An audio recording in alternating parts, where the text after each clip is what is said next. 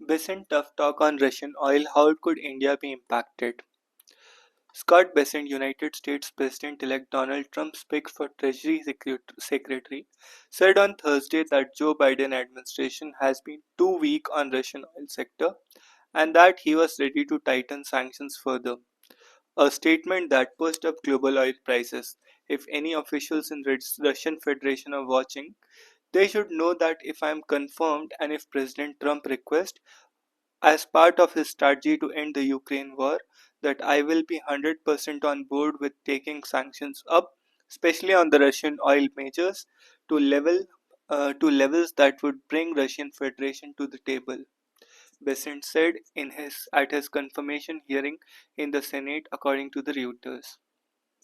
Besant's statement at the hearing, during which he spoke of the range of issues, constituted a comprehensive presentation of the incoming administration plans for US economy. These are some key takeaways for India. On January 10th, the Biden administration announced fresh curbs against Russia's oil trade, placing as many as 183 tankers, constituting the bulk of so-called shadow fleet, delivering to customers such as India and China. Unlike earlier sanctions on Russian entities, which were relatively easier to circumvent, the new action is far more targeted and will hurt Indian imports of Russian oil, government officials said. The extent of the impact will depend on how tightly the Trump administration will implement the sanctions. This is why Besant comments are significant for India. While sources of oil are available to India, there are obvious advantages in terms of reliability and cheaper rates, the imports from Russia, officials said. India, the world's third largest consumer of crude oil, depends on imports to meet 85% of its requirement. Russia was a marginal supplier before the war in Ukraine began in February 2022. It is now India's biggest supplier of crude. In 2024, Russian oil accounted for nearly 38% of India's oil imports, according to tanker data. Rupee internationalization bid. Tighter sanctions on Russian oil will also complicate India's efforts to internationalize the rupee. India and Russia have been in talks to settle a portion of oil trade in domestic currency. While the rupee trade has not taken off as desired, similar efforts have worked in China's case. The booming Russia China trade in non dollar exchange has helped the yuan increase its footprint globally. In July 2024, the International Monetary Fund said that the one non-traditional reserve currency gaining market share in China is the Chinese renminbi, whose gains match a quarter of the decline in the dollar's share. As the Chinese government pushes various policies to promote its internationalization. India and Russia have been in talks to settle a portion of oil trade in domestic currency. While the rupee has not taken off as desired, similar efforts have worked in China's case. The booming Russia-China trade in non-dollar exchange has helped the yuan currency. Yuan increase its footprint globally. In July 24, the International Monetary Fund said that one non-traditional reserve currency gaining market share is the Chinese renminbi, whose gain matched the quarter of the decline in the dollar share as Chinese government pushed various policies to promote its internationalization. During its Senate hearing, President said that the dollar should remain the world's reserve currency. Trump had earlier threatened Brazil, Russia, India, China, and South Africa, BRICS nations, with 100% tariffs if they create a new BRICS currency or backed any other to replace the US dollar as the world's reserve currency. International trade experts have noted that attempts to move away from the dollar began after US threw Russia out of society SWIFT, the key to international financial transactions in 2022. At the BRICS summit in October last year, Russian President Vladimir Putin had said the dollar is being used as a weapon. We all see this. This is so. I think that being this is a big mistake by those who do this. Rush to pay for Russian oil. The fear of US sanctions has already sparked a rush among Indian refiners to speed up payments for Russian crude, traders said. Bloomberg reported on January 15 that banks have stopped processing payments in US dollars to avoid having to adhere a $60 a barrel price cap on Russian crude set by Western nations in 2022. And all payments for cargoes from Gazprom Neft (PJSC) are being settled in rubles. The price cap, which has been in effect from December 5, 2022, was intended to limit Russia's revenues. Gazprom Neft is a Russian oil company that is among the entities targeted by sanctions announced on January 10. Notably, the US Office of Foreign Assets Control has set a deadline of February 27 for the delivery of all crude cargoes that were loaded on sanctioned vessels prior to 10th January. So, new sanctions on Russian oil, rupee internationalization bid. At the BRICS summit in October last year, Russian President Vladimir Putin had said the dollar is being used as a weapon. We all see that this is so. I think that this is a big mistake for by those who do this. Why space weather is the key to successful docking of satellites. Favorable space weather was instrumental in the success of ISRO's first ever docking mission on Thursday. The Space Docking Experiment, or SpaceX Space Docking Experiment, made India only the fourth country to achieve the technologically challenging feat of bringing together the two fast moving satellites in space. Docking maneuvers will be needed in future space missions like Chandrayaan 4 to establish Bharatiya Antariksh Station India's own space station. In these missions, multiple components will be sent to space separately before being brought together in space. What is Sun's space weather? The Sun's hot outer atmosphere, known as the Sun's corona, is constantly spewing electrically charged gases and particles into space. These so called solar winds travel at a speed of millions of kilometers per hour and reaching the farthest parts of the solar system, creating space weather. The frequency and intensity of solar wind fluctuates based on the solar activity cycle, which refers to a periodic 11-year change in sun's activity measured on the basis of sunspots observed. Sunspots are indicators of solar activity. The more the activity, the more hazardous the space weather. The ongoing solar cycle entered its maximum phase in November 23, and we are currently in the midst of an extended period of heightened solar activity. Precision docking is very challenging even under normal circumstances.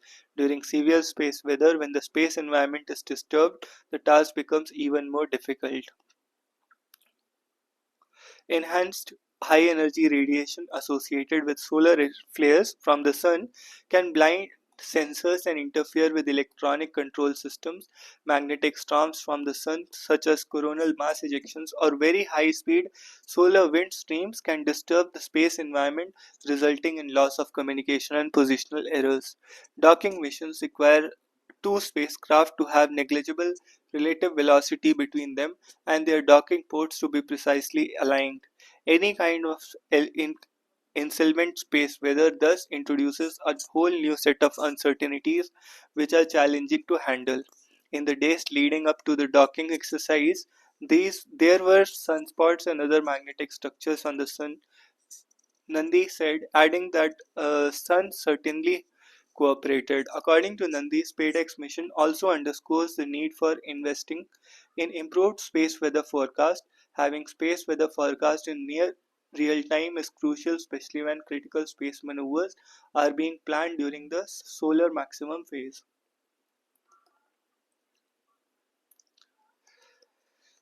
Back in 2000, following a meeting with Mullah Abdul Salim Zaif, the Taliban envoy to Pakistan, Vijay N.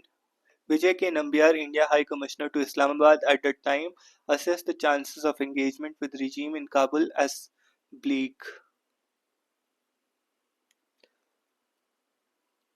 I realized that there was no way in which we, Taliban and India, are going to be truly connected and with each other in any kind of understanding, he said.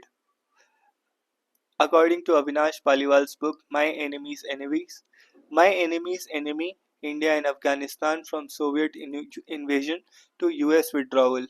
Nambiar believed that Taliban were firmly in the Pakistani circle of reasoning, which made it difficult for India to seriously engage with them. A quarter century later, India's Foreign Secretary Vikram Misri earlier this month led a delegation of senior Indian diplomats as a substantive meeting in Dubai with Amir Khan Muttaqi, Foreign Minister of the second Taliban regime. The meeting was a culmination of incremental progress of India's cautious engagement with Taliban, who took power in Kabul after the Ashraf Ghani government collapsed 3.5 years ago. First contact in Doha on August 31, 2021, hours after the last US military aircraft led Afghanistan, India made its first official contact with the Taliban at the request of new rulers in Kabul. Ambassador to Qatar Deepak Mittal met Sher Mohammad Abbas Stankazai, head of Taliban political office in Doha at the Indian embassy. A few days before the meeting, Stankazai, an alumnus of Indian Military Academy, Dehradun, who would become Deputy Foreign Minister in Taliban government, had said India was very important for the subcontinent and Taliban wanted to continue cultural, economic, political and trade ties with India like in the past. Days after Doha meeting, the then Foreign Secretary Harshvardhan Singla had said engagement had been very limited and the Taliban had indicated they would be reasonable in a way they handle India's concerns. After the Taliban announced a cabinet with very little representation for ethnic minorities and without any women, India called for an inclusive dispensation. As the immediate neighbor and a friend to the Afghan people, the situation was of direct concern to India. Technical team in Kabul that September India described Taliban as those in positions of power and authority across Afghanistan, acknowledging the group as a state actor for the first time. Then in December, India sent 1.6 tons of essential medicines to Afghanistan, signaling a political call taken by New Delhi to see the ruling regime separate from people of Afghanistan while also opening a window to engage with Taliban. In June early December 2022, the Indian official delegation visited Kabul for the first time after Taliban takeover to oversee, according to our Indian government, delivery operations of our humanitarian assistance to Afghanistan. The team, led by JP Singh, Joint Secretary in the Ministry of External Affairs, met Foreign Minister Muttaqi. Later the same month, New Delhi sent an aid to the Afghanistan for the Afghan people impacted by a deadly earthquake in the Khost and Paktika provinces in the east of the country. Also took the incremental step of stationing a technical team at the Indian Embassy in Kabul to coordinate the delivery of aid. In December 2022, the Indian expressed concerns over the banning of women from universities, and renewed its call for an inclusive government that ensures equal rights for women and girls in all aspects of Afghan society. MEA spokesperson referred to United Security Council's Resolution 2593, adopted on August 2021 under India's presidency, which talked about the need to uphold human rights and women's rights and sought a negotiated political statement in Afghanistan. In October 23, Afghan embassy in New Delhi ceased operations, citing paucity of resources and personnel and the failure to meet expectations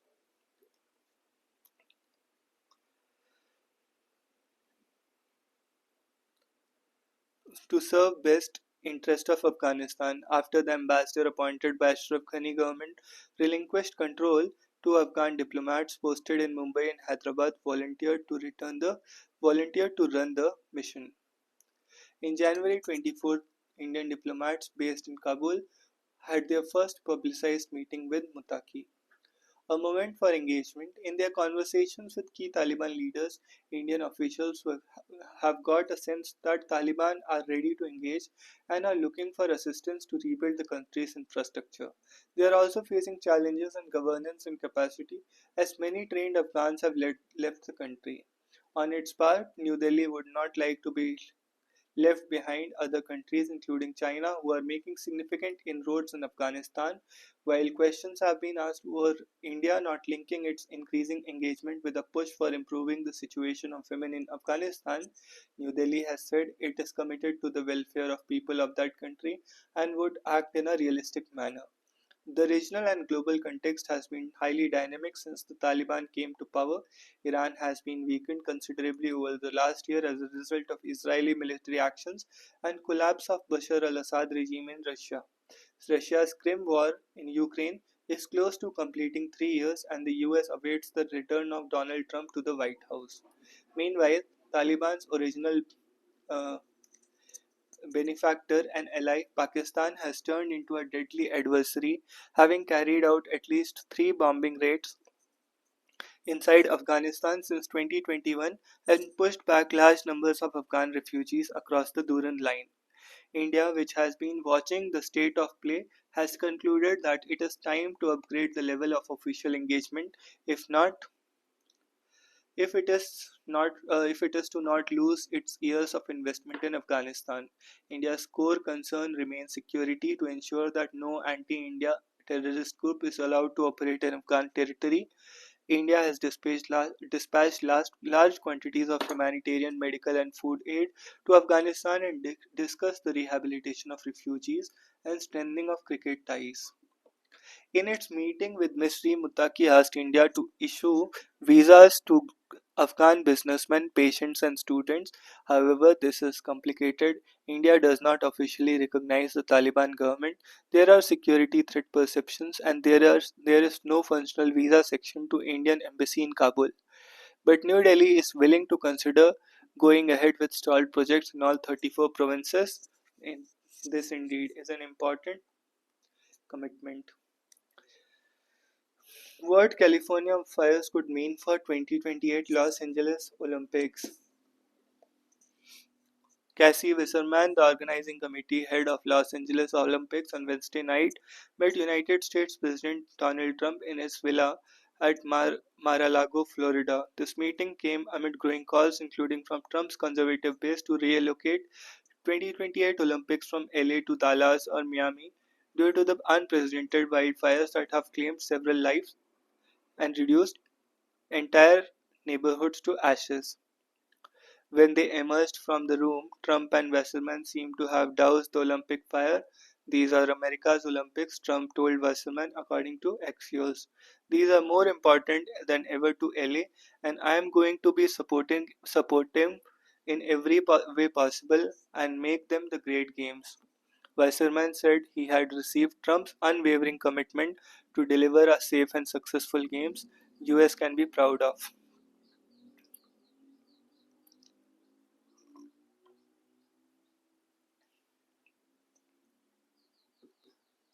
The LA Olympics are scheduled to begin on July 14, 2028.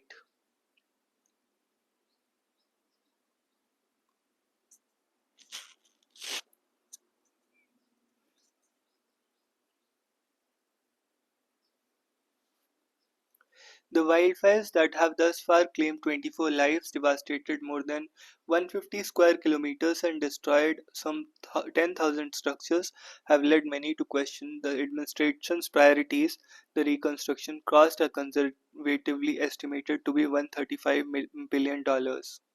In the middle of such crisis, critics say the Olympics' 17-day spectacle that will cost LA approximately $7 billion and draw 15 million visitors is an avoidable indulgence.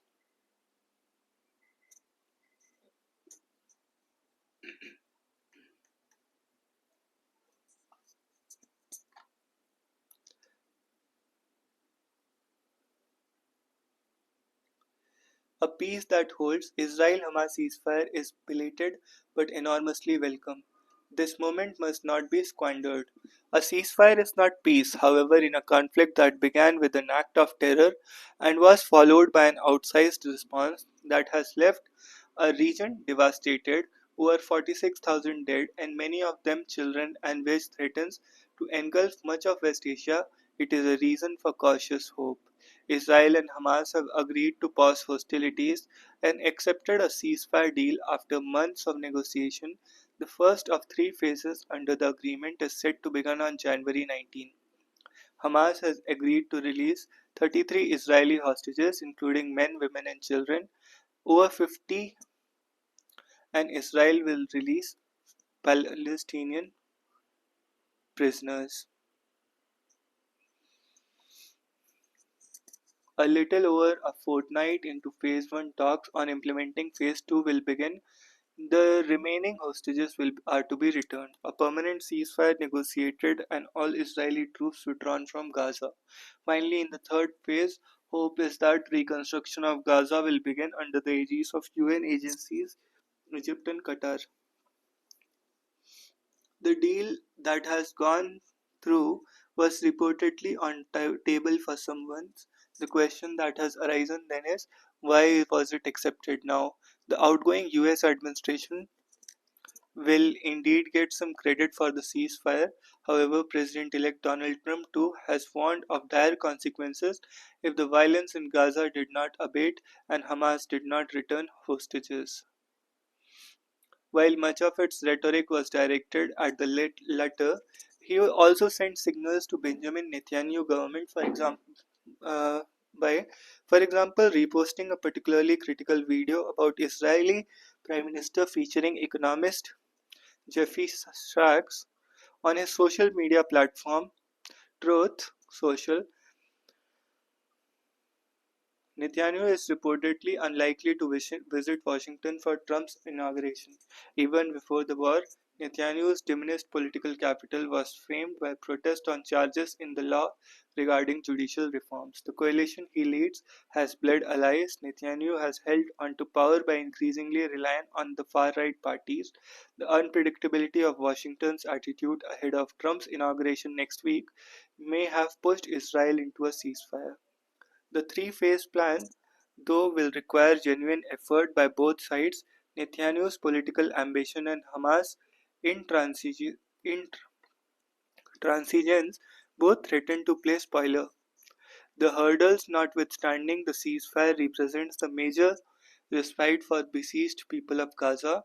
It is in Israel's best interest, as well as the major actors in the region and beyond, to ensure that it is the first step for a more lasting peace. Before the Hamas strike on October 27, 2023, there were significant strides in ties between Israel and modern Arab states, including Abraham Accords with Bahrain and UAE. Reviving the accords in letter and spirit will require an accommodation of Palestinian aspirations, which is only possible if all sides act in good faith. Delhi too has stakes in region and enjoy goodwill among the various players. Along with its friends in the Gulf and the US, it should push for promise of the ceasefire to be realized. A matter of skills, the QS World Future Skills Index shows India's market is ready for new technologies, but education system needs a reboot. The inaugural QS World Future Skills Index has ranked India's job market as second only to US in terms of readiness to recruit advanced digital and green technologies. QS World Future Skills Index, QS World Future Skills Index, but the report also frames the country's challenges on knowledge economy front. Despite its near perfect score 99.1% in market preparedness, India is placed 25th in overall terms of capacity to harness the opportunities opened by new technologies. In other words, while job advertisements analyzed by QS show that Indian companies are seeking competencies in advanced technologies, the country's education system has not kept pace with these demands.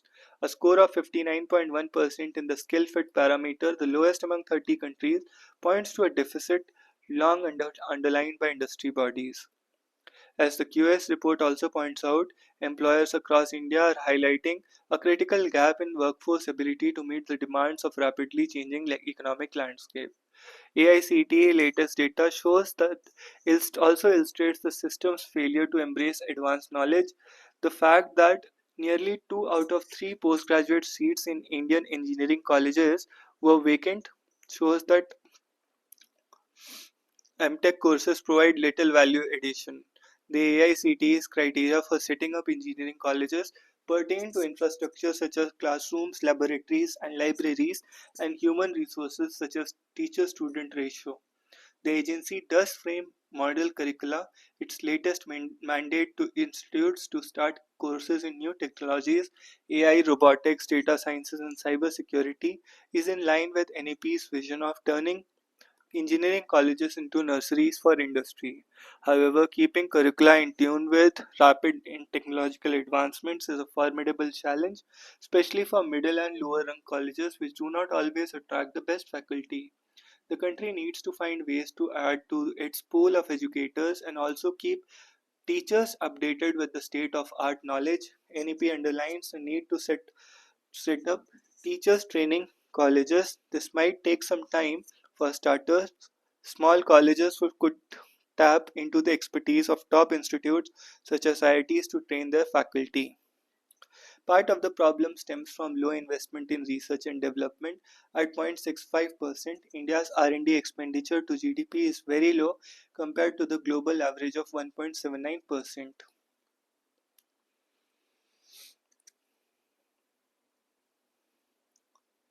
Earth is not only celestial body scarred by human desire.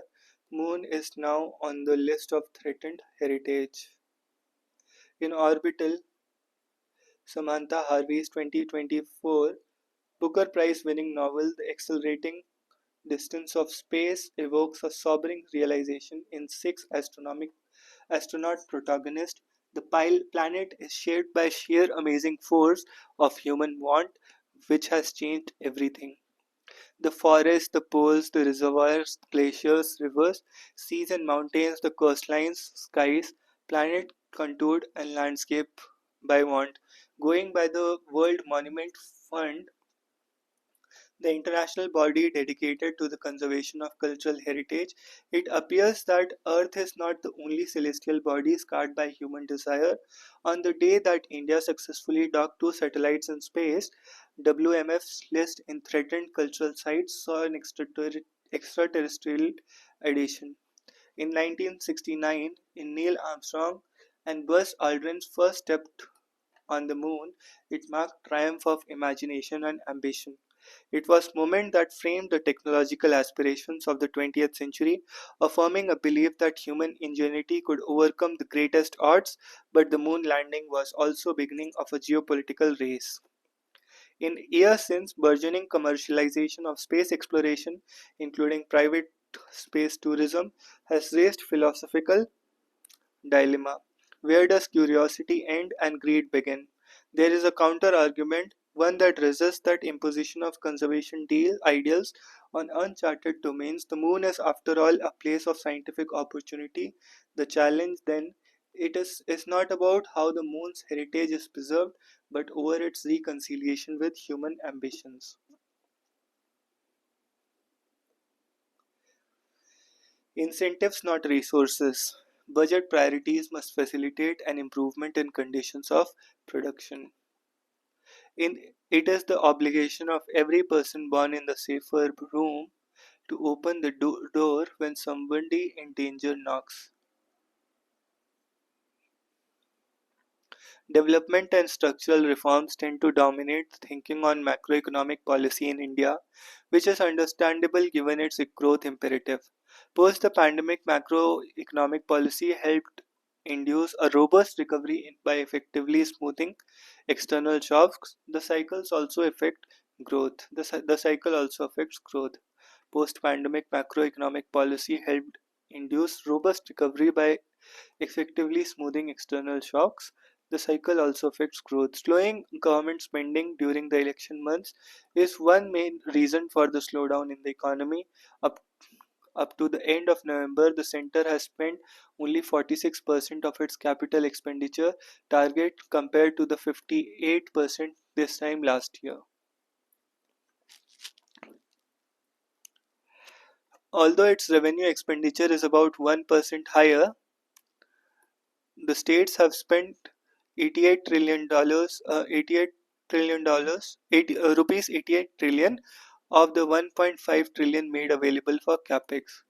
So, does counter-cyclical fiscal policy require government to spend more or to cut taxes?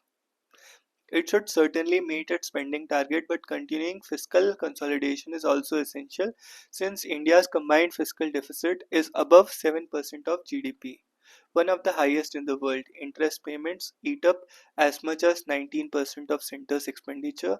Falling debt and deficit ratios are required to build fiscal space, reduce risk premia, and interest rate spreads. Since the slowdown followed that in public investment, despite revenue expenditure being maintained, it is clear that better quality of spending itself provides stimulus. So, increasing the share of public investments must continue.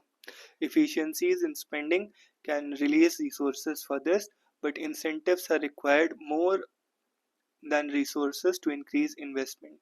For example, conditionalities that have helped increase states' capex must continue. Corporate investment has not risen much despite tax cuts, showing that resources alone do not deliver.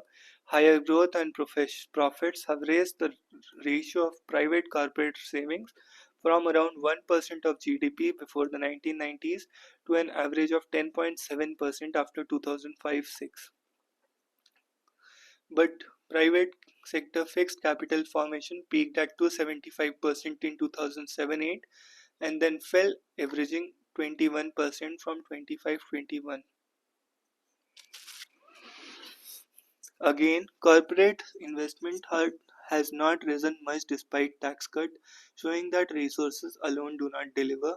High growth and profits have raised the ratio of private corporate savings from 1% of GDP before the 1990s to an average of 10.7% after 2005-6, but private sector fixed capital formation peaked at 27.5% to 2007-8 and then fell, averaging only 21% over 2015-21. As a result, the share of corporate business income has increased four times. The budget could consider a tax on non-business income offset by an investment tax credit in addition to inducements to raise employment. Just as domestic savings are underutilized, so are foreign savings. Inflows to economy normally exceed our current account deficit, which is the excess of investment towards savings financed by foreign savings. So it is investment, not resources, that the constrained government has to act on. The K-shaped recovery and consumption. As the demand constraint seems overdone, a number of recent independent as well as official surveys show overall consumption growth 8 to 9% last year. GDP data shows 7.3% and recovery is lower in income groups. Studies show that Indian middle class broadly defined as large, but large numbers are concentrated at the bottom. Thus, 31%, 432 million, were in the 55 to 31 lakh per annum bracket in 2021. The market in FMCG goods is that size, but one estimate of those with annual income of 8 lakh or more is only 5% in 2023. Since income tax payers remains low, studies such as those of Piketty that use income tax data give unrealistic tiny middle class numbers. But corporate premiumization strategies are now focusing only in the narrower top. It is not surprising that they find demand growth to be slow. Poverty has fallen to 5%. A characteristic of Indian middle class is mobility, especially at the lower end. Products created for the price sensitive groups will do well. Income tax cuts for lower slabs can further increase their spending and faster than the government can spend it. It is also fair that inflation increases real taxes while eroding real incomes, but the main focus of tax reform must continue to be on simplification, removing loopholes, and increasing the base. Recent surveys show the food share of consumption has fallen below 50%, and even in that, processed foods have largest share, followed by milk products.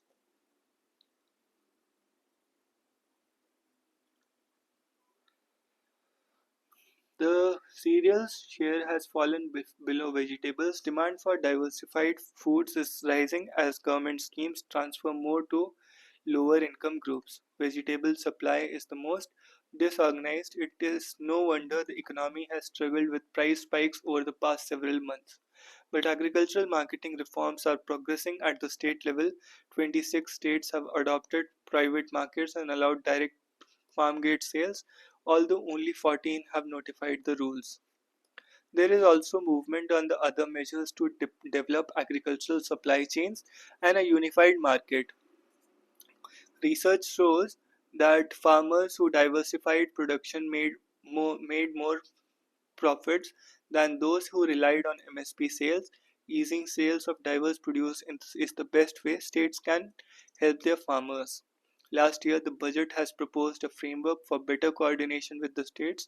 Food supply should be a focus area. Another is simplifying regulations. The center tells us that they have removed thousands of archaic laws, but businesses do not find their life any easier. The simplification has to percolate down to the second and the third tier of government, reaching local officials who interface with firms.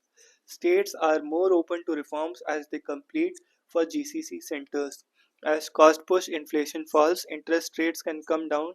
Low real interest rates are one of the most effective incentives to increase demand, with large number of India's young buying houses and equipping them.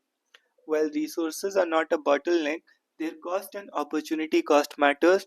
The argument that conservative macroeconomic policy is required in response to Trump and geoeconomic fragilities goes back to the old way of thinking that negates our ability demonstrated during pandemic to counter external shocks using our size, economic diversity and strategic policy stimuli. Budget priorities to be aligned to the needs of the economy must facilitate an improvement in conditions of production so more can be produced and made available at low prices. Just resources will not achieve results. Well defined incentives are essential. It's not your BMI is stupid. Human bodies are too complex for one size fits all prescriptions. What the Lancet reports underlines is in fact is how little we understand about the combination of bones, flesh and blood, that is the mortal coil, and by extension how limited our understanding is about the actual state of our bodies.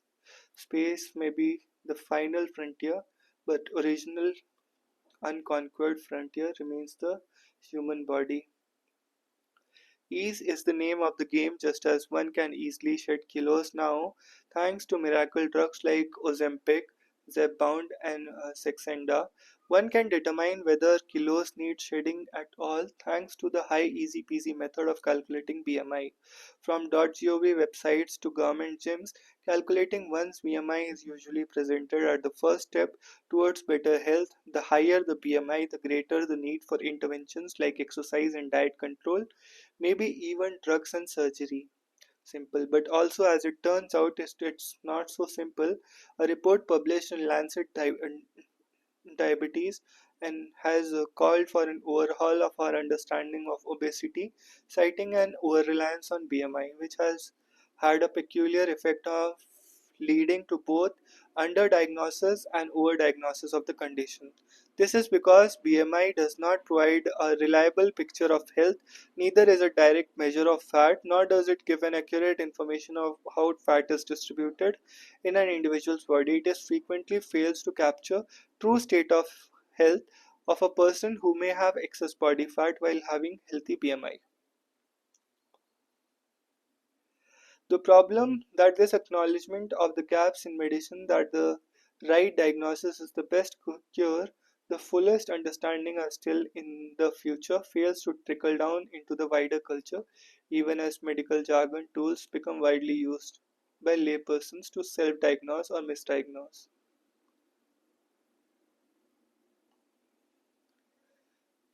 Every individual is a unique constellation not only of genes or other biological variables but also socio-economic conditions, habits, and most unreliable factor known as luck. One diagnosis does not fit all, a fact that must be underlined especially at a time when miracle drugs used to treat conditions like diabetes are being widely abused as a weight loss measure.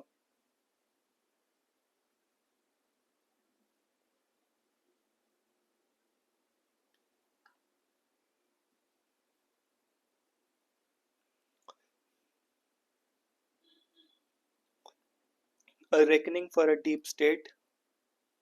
Donald Trump enters his second term with greater political capital, experience, entrenched interest will be up against more this time. Donald Trump's inauguration will take place on January 20, formally setting the stage for Trump 2.0. Unlike his election in 2016, which was seen more as an accident and aberration, Trump 2.0 is generating a lot of discussion across the world, both in both in an anticipation with trepidation. For an elite lobby, the federal bureaucracy, political and financial elites, defense contractors and media moguls that wields enormous influence in Washington, D.C., which Trump describes in derision as deep state, his return with enhanced power is going to be a nightmare. The America First Policy Institute, a conservative think tank closely aligned with Trump, alleged that during his first term, Trump had come up against the power of liberal and left wing bureaucracy entrenched in thousands of agencies over decades, when department after department either disobeyed his orders or deliberately derailed them. In fact, an anonymous op-ed in New York Times in 2018 with the title I am part of the resistance inside the Trump administration described internal efforts to scuttle and sabotage the then president's initiatives. A year later, the author, who eventually identified himself as Miles Taylor, a former chief of staff at the Department of Homeland Security, published a book titled A Warning. In a remote corner of White House exists a classified safe that contains a stock of documents listing the extraordinary power US President is authorized to use. They are called Presidential Emergency Action Documents or PEADs. They are described by some as Doomsday Book. In a revealing article, Time magazine reported few months ago that only a privileged few have the access to those documents, and even members of US Congress were not allowed to see them. When Donald Trump was in the Oval Office, members of his national security staff actively worked to keep him from learning the full extent of these interpretations of presidential authority, concerned that he would abuse them. This deep state bureaucracy is what Trump wishes to dismantle. During his election campaign, he announced that a 10-point plan to this end. As he returns to power, an experienced and determined leader, Trump is reiterating that commitment.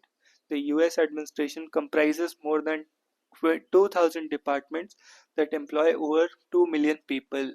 A few thousands change with the change of political leadership, but a large section of bureaucracy is largely permanent. It is not easy for president to remove those bureaucrats.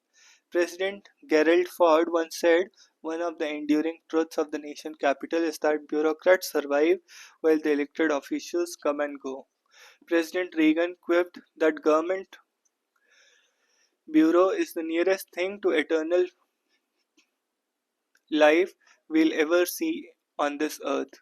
But Trump is known disruptor. He has deployed loyal supporters like Elon Musk and Ramaswamy to prepare a plan for slashing government spending on bureaucracy by affecting a 75% cut in the federal workforce. Trump's plan to weaken the power of the deep state includes reducing power concentration in Washington, D.C., dispersing government departments across U.S. cities. Doing this will be a challenge. Whether Trump 2.0 succeeds in dismantling the deep state stranglehold is something to be watched. Hindenburg, notoriously murky short seller that portrayed itself as an investment research firm, indulged in hit jobs, suddenly announced it was shutting shop. Founder Nate Anderson claimed that he took the decision seeking a better work life balance. Several last minute executive orders that outgoing President Biden is issued in the last couple of weeks, including a presidential pardon of his own son and a Presidential Medal of Freedom, highest civilian honor to the controversial investor George Soros, also smack of deep state's desire to create hurdles for the new administration. With the deep state actively working overtime, Trump will have his hands full in the next several months of tackling domestic challenges, but he seems determined not to be bogged down by them again. Besides his Making America Great Again agenda, Trump is actively cultivating a world leadership that will share his conservative vision and will challenge the will and is willing to challenge deep state assets in respective countries. The US State Department records in the last 150 years show no instance of any foreign leader ever attending the inauguration ceremony of the president. Trump broke the convention and invited several world leaders. Inauguration Committee's choice of leaders invited for the January 20 ceremony speaks volumes about the disruption that Trump would cause in Europe or elsewhere. Leaders invited include President Xi Jinping of China, who has deputed his Vice President Hanas Rang to attend, while leaders of important European countries like Germany, France, UK were ignored. Prime Minister of Italy Giorgia Meloni and Prime Minister of Hungary Viktor Orban received invitations. Trump's choice of inviting Nigel Farage, UK Conservative politician, and Eric Zemmour, a French Conservative leader, besides Meloni and Orban, indicate his intentions to end the liberal dominance of European politics and promote a conservative leadership. The foreign ministers of India and Japan too received invitations, suggesting that Trump would continue to work with Quad partners. No other American leader has generated so much anticipation and anxiety in recent history. The liberals may continue to jeer and sneer, but Trump 2.0 is going to be an agenda setting event for the entire world.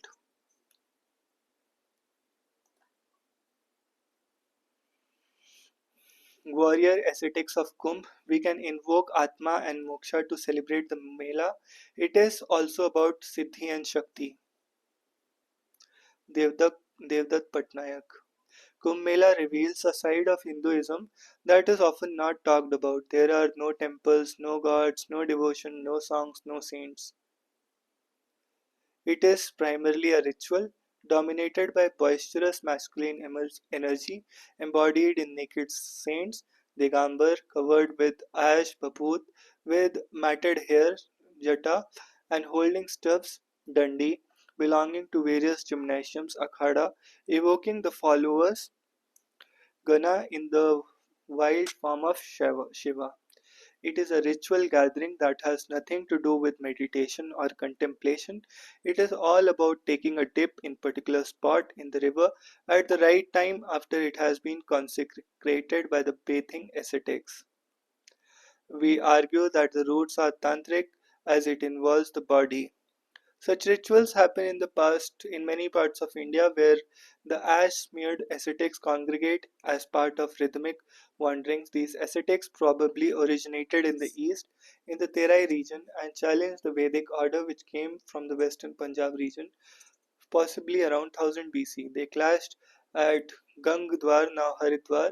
This event is captured, first narrated in Mahabharata, of the ascetic Shiva beheading Daksh, the Brahmin patriarch. Since then, these ascetics have been known by many names: Pashupata, Kapalika, Kalamukha, but they changed over time, becoming milder, influenced by later ideas of Nathism, Vaishnavism, and even Sikhism. Currently, they are called Naga. The calendar of wandering ascetics was determined by the movement of the moon every month, Sun and Jupiter every 12 years through the zodiac. It was also known as Kumbh in Haridwar and Simhastha in Nasik when Jupiter was Aquarius and Leo Sim constellations. Calling all gatherings as Kumbh and linking it to the nectar of immortality is a conscious branding effort that began in 1857.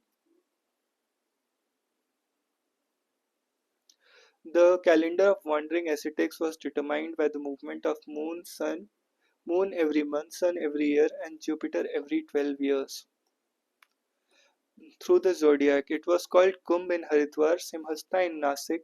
When, when Jupiter was in the Aquarius Kumbh and Simha in Kumbh and Simha constellations. Calling all gatherings as Kumbh and linking it to Nectar of Immortality is a conscious branding effort that began after 1857 to reform the Hindu identity threatened by the new British regime. The Akhadas typically trace their origin to Adi Shankaracharya, who played a major role in popularizing Vedanta in the 8th century. He opposed Buddhism, not Islam. Stories of debates were codified much later, only in the 13th century, by Brahmin scholars of Vijayanagar Empire who saw Hinduism being threatened by the arrival of Turks from Central Asia. Unlike earlier Hun, Saka and Kushan hordes from Central Asia, these were not just incomers seeking wealth and power, they were seeking to change the local culture known as Turuku Dharma. It involved a formless god, rejection of idols, and a strict form of worship in community hall facing west where caste rules did not matter. We now refer to the Turuku Dharma as Islam.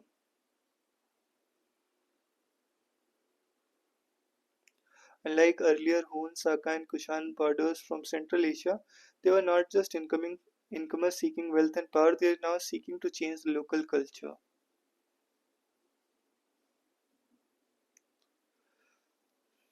Known as Turuku Dharma, it involved a formless god, rejection of idols, and a strict form of worship in a community hall facing west, where caste rules did not matter. We now refer to Turuku Dharma as Islam.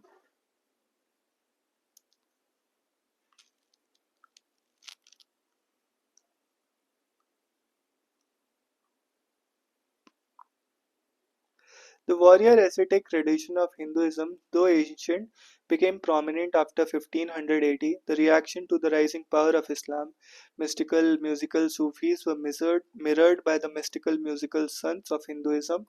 The militaristic Ghazis were challenged by the aggressive Nagas. These Nagas protected trading caravans and in exchange received patronage of kings and merchants. That happened mostly in river basins of Ganga, Haridwar, Varanasi, Prayag, Ujjain, and Upper Godavari, Nashik,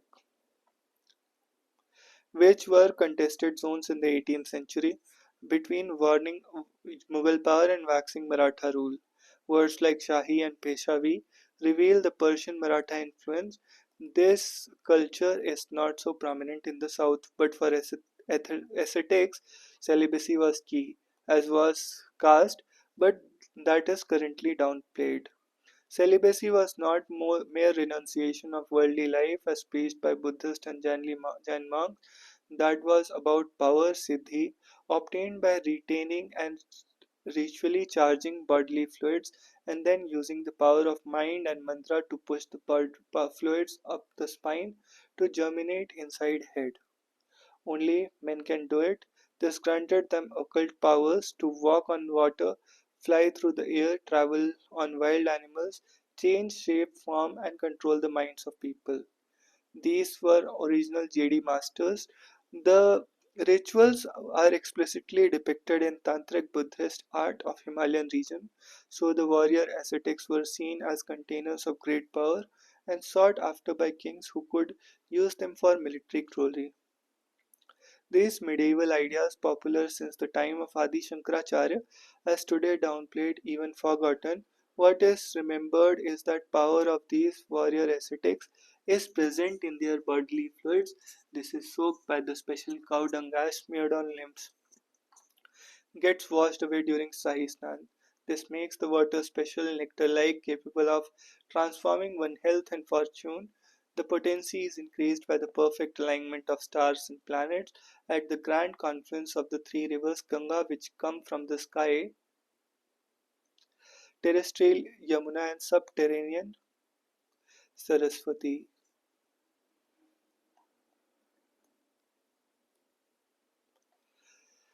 The Kumbh Mela is distinctly male, ascetic, ritualistic, occult, military, and royal in nature.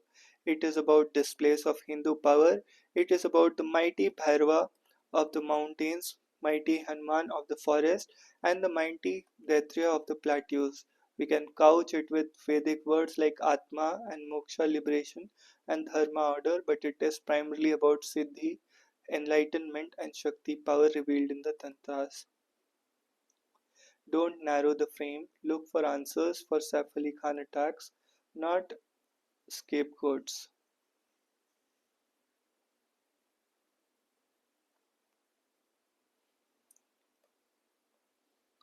Hamas to release first hostages under Gaza ceasefire deal tomorrow, says Netanyahu. The Israeli Security Cabinet approved ceasefire deal on Friday, paving the way for return of first of hostages from Gaza. Israel Israeli Hamas accord is still condition of approval of the full cabinet. US apex court upholds law banning TikTok. Biden administration says won't take action to save app from 170 million Americans.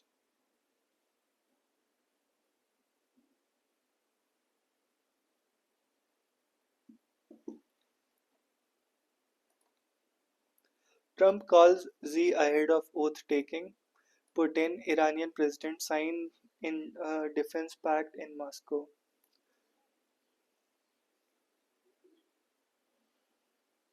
Imran gets 14 years in jail, his wife 7 in graft case. Vice President Han Zheng will represent China in Monday's event. Russian President Vladimir Putin and Iranian counterpart Masoud Pezeshkian deepened military ties between their countries on Friday by signing a 20-year strategic partnership that is likely to worry the West. Indian national gets 8 years jail. Under the agreement, Russia and Iran will boost cooperation in range of areas including security services, military drill, warship port visits, and joint officer training. Neither will allow their territory to be used for any action that threatens the other. It doesn't, but it did not include mutual defense clause of a kind that included in a treaty between Russia and North Korea, which the West says has seen North Korean troops deployed to fight in Ukraine. YouTube poll fraud conspiracy theory fuel impeached South Korean president his supporters. Some Yoon Party MP says he urged him to win elections by focusing on well organized information on YouTube.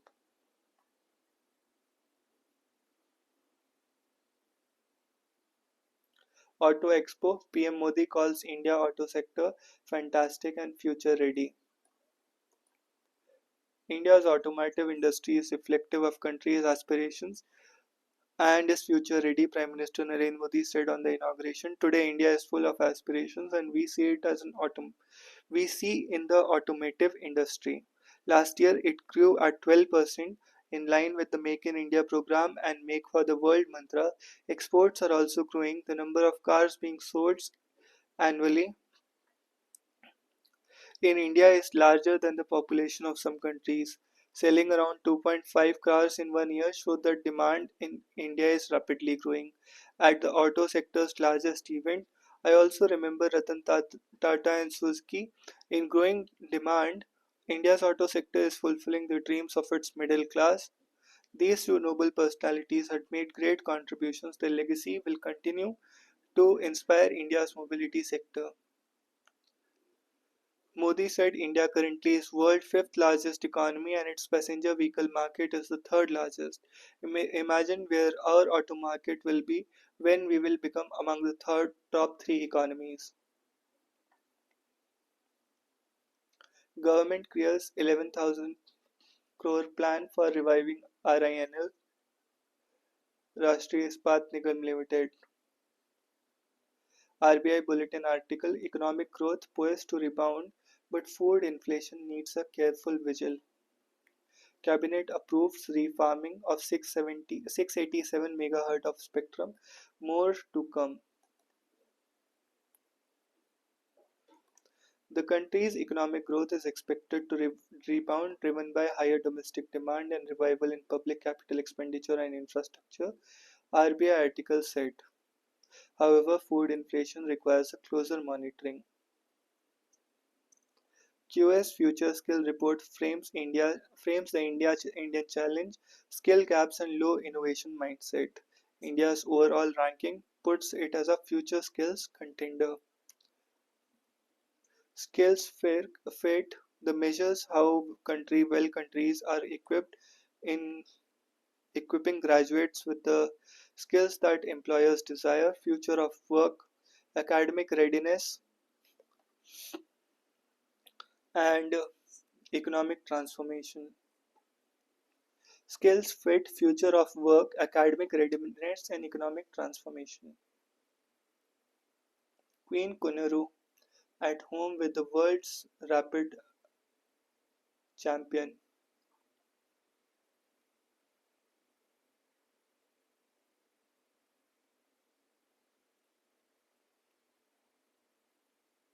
A scattershot caricature. Only 1.5 stars.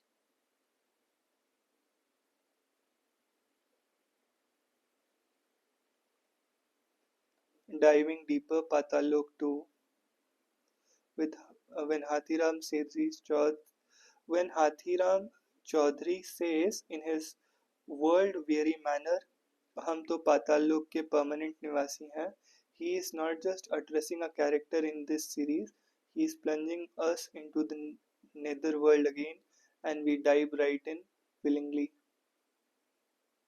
4 stars.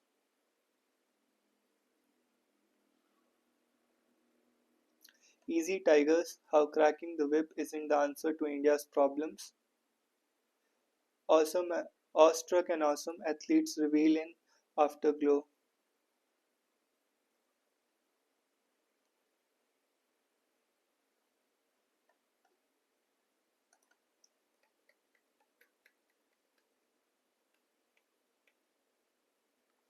RG rape, Arjikar murder, rape murder case verdict today. Why Mamta and TMC feel vindicated.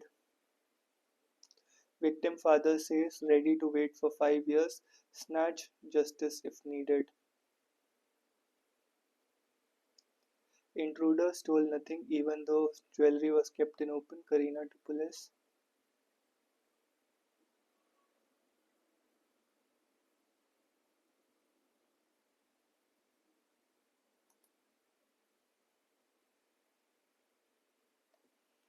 Women who lost husband, 5 grandkids to mystery illness, dies in Rajouri hospital.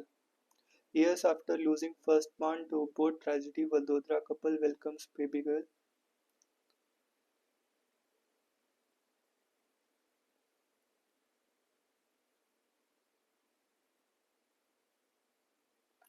How son played a role in SpadeX success. Achieving precision for docking is very challenging even under normal circumstances. During severe space weather, when the space environment is disturbed, the task becomes even more difficult.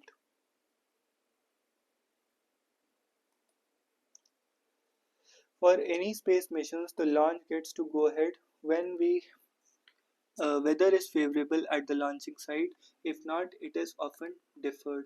Abatement of suicide. A charge must not be invoked casually, should be deployed only to assuage immediate feelings of family. Should not be deployed to assuage immediate feelings of family.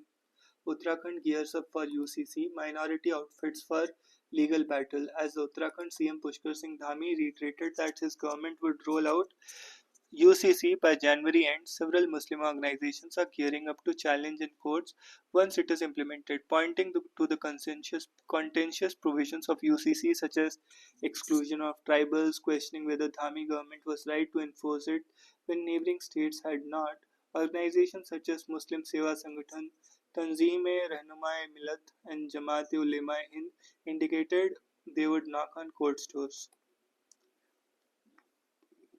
How can you exempt tribals from UCC? This shows that government has little interest in streamlining personal laws, but is more interested in infringing on right of minorities. We have prepared a writ petition seeking exclusion from the UCC till the centre brings a common code for the country. Questioning if the UCC can prevail over various central legislations governing other religions, Qureshi claimed that the culture of one religion was being imposed on others through the proposed code. Muslim organizations' decisions comes 2 days after state government of on Monday began training its officials on the UCC website. Key changes that the UCC will bring for the Muslim community include raising the minimum marriage age for women and men and women to 21 and 18 in line with the Hindu Marriage Act and Special Marriage Act. The minimum age for Muslims to marry has been subject for legal debate in courts, as the Muslim personal law allows puberty as the minimum age of marriage for girls. Since the POCSO Acts criminalize sexual activity between minors and Prevention of Child Marriage Act prohibited marriage between minors and Muslims. The Muslim age of marriage has been at odds with these laws. The proposed codes the proposed code also outlaws bigamy and polygamy while criminalizing Muslim marriages like iddat, 4 month, 10-day waiting period for women to remarry, and nikah halana, a provision which mandates Muslim man not to remarry his wife after he has divorced her unless the woman is married to third man and gets divorced from the second husband or after the death of the second husband without explicitly naming them. It also attracts punishment of jail time up to 3 years and fine up to 1 lakh for anyone who compels, abets, or induces a person to follow the practice. The CM wants to create history with the UCC and claims the provisions will empower women.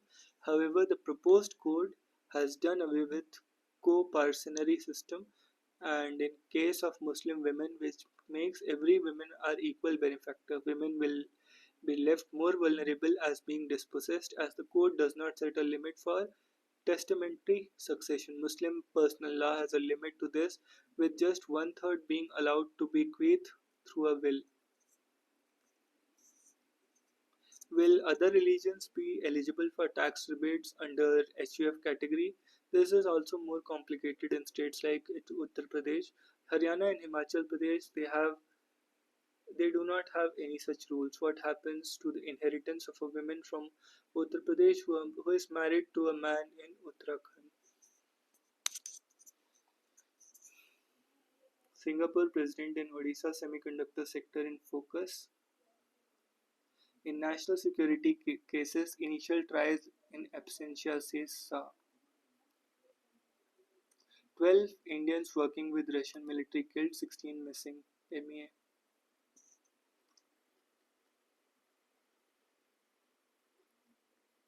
After JDO caution, BJP concern about blowback, Poonawalla apologizes. Only propaganda. Kejriwal opposes ED's request to adjourn plea against bail.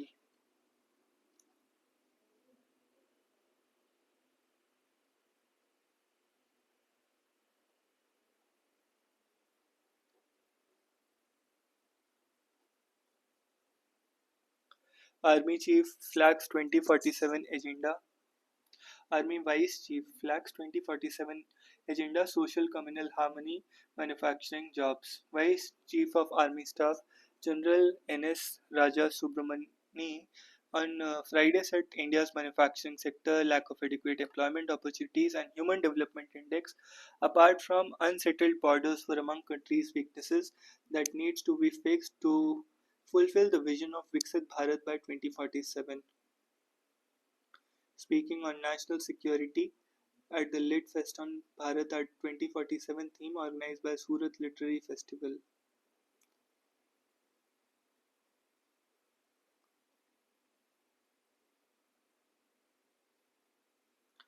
False lead and new footage later. Saif stabbing suspect remains elusive. Day after Trump inaugural, Quad meet likely with India at table. Sisodia points to shoes saris by BJP, saying Election Commission turning a blind eye. President at home this Republic Day with sound, taste, and feel like South India. So this is it. See you in the next one.